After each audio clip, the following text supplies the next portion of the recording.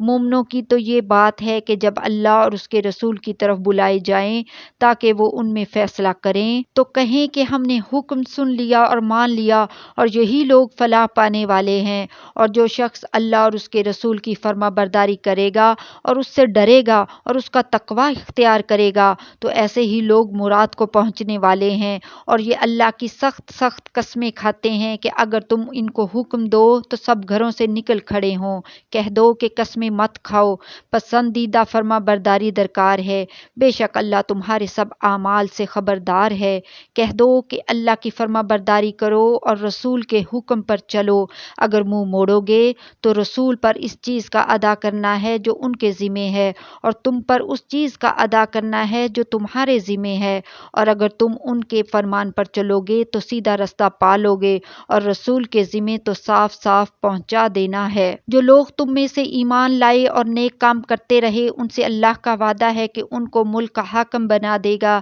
جیسا ان سے پہلے لوگوں کو حاکم بنایا تھا، اور ان کے دین کو جسے اس نے ان کے لیے پسند کیا ہے مستحکم و پائیدار کرے گا، اور خوف کے بعد ان کو امن بخشے گا۔ وہ میری عبادت کریں گے اور میرے ساتھ کسی چیز کو شریک نہ بنائیں گے، اور جو اس کے بعد کفر کرے تو ایسے ہی لوگ بد کردار ہیں۔ اور نماز پڑھتے رہو اور زکوٰۃ دیتے رہو اور پیغمبر کے فرمان پر چلتے رہو تاکہ تم پر رحمت کی جائے، اور ایسا خیال نہ کرنا کہ کافر لوگ ہم کو زمین میں مغلوب کر دیں گے، ان کا ٹھکانہ دوزخ ہے اور وہ بہت برا ٹھکانہ ہے۔ مومنو،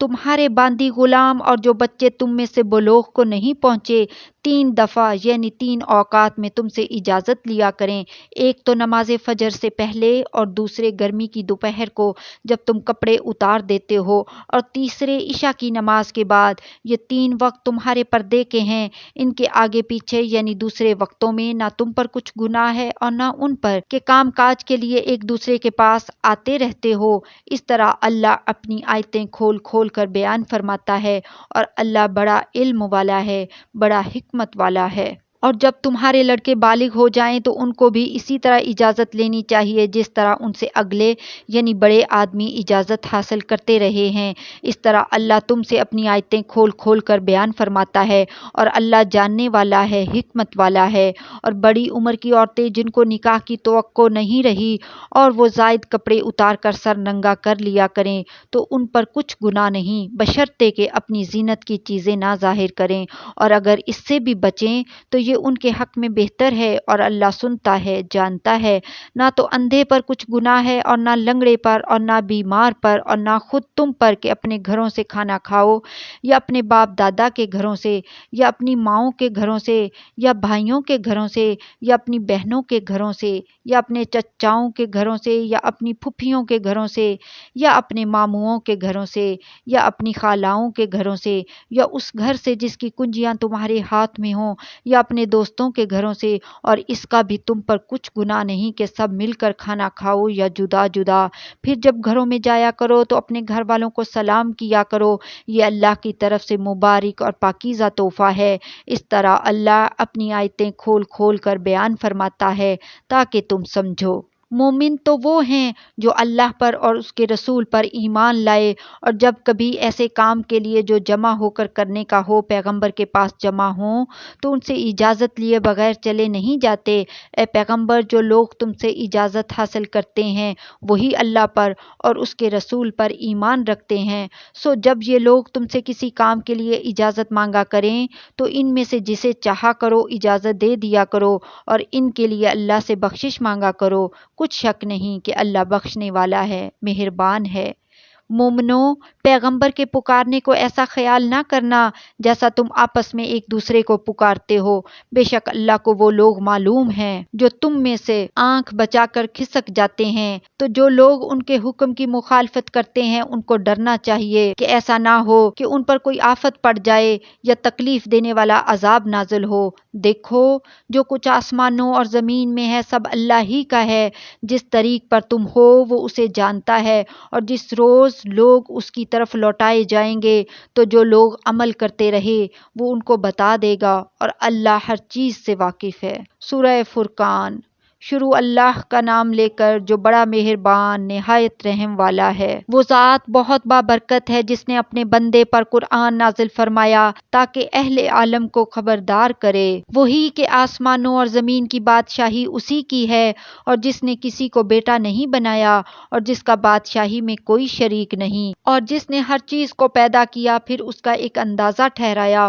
اور لوگوں نے اس کے سوا اور معبود بنا لیے ہیں جو کوئی چیز بھی پیدا نہیں کر سکتے اور خود پیدا کیے گئے ہیں، اور نہ اپنے لیے نقصان کا اور نہ نفع کا کچھ اختیار رکھتے ہیں، اور نہ مرنا ان کے اختیار میں ہے اور نہ جینا اور نہ مر کر اٹھ کھڑے ہونا۔ اور کافر کہتے ہیں کہ یہ قرآن من گھڑت باتیں ہیں جو اس مدعی رسالت نے بنا لی ہیں، اور کچھ دوسرے لوگوں نے اس میں اس کی مدد کی ہے۔ یہ لوگ ایسا کہنے سے ظلم اور جھوٹ پر اتر آئے ہیں اور کہتے ہیں کہ یہ پہلے لوگوں کی کہانیاں ہیں جن کو اس نے جمع کر رکھا ہے، اور وہ صبح و شام اس کو لکھوائی جاتی ہیں۔ کہہ دو کہ اس کو اس نے اتارا ہے جو آسمانوں اور زمین کی پوشیدہ باتوں کو جانتا ہے، بے شک وہ بخشنے والا ہے، مہربان ہے۔ اور کہتے ہیں یہ کیسا پیغمبر ہے کہ کھانا کھاتا ہے اور بازاروں میں چلتا پھرتا ہے، اس پر کوئی فرشتہ کیوں نازل نہیں کیا گیا کہ اس کے ساتھ خبردار کرنے کو رہتا، یا اس کی طرف آسمان سے خزانہ اتارا جاتا،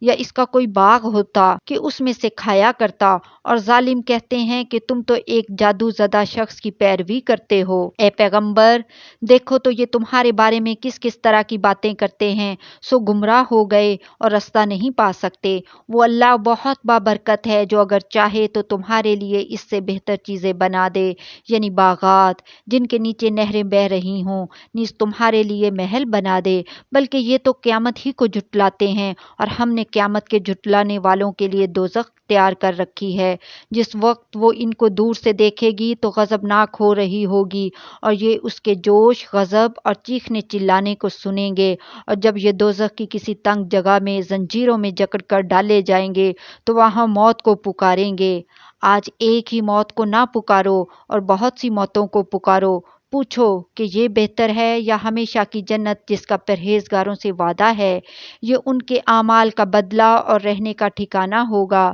وہاں جو چاہیں گے ان کے لیے میسر ہوگا، ہمیشہ اس میں رہیں گے۔ یہ وعدہ اللہ کو پورا کرنا لازم ہے اور اس لائق ہے کہ مانگ لیا جائے۔ اے اللہ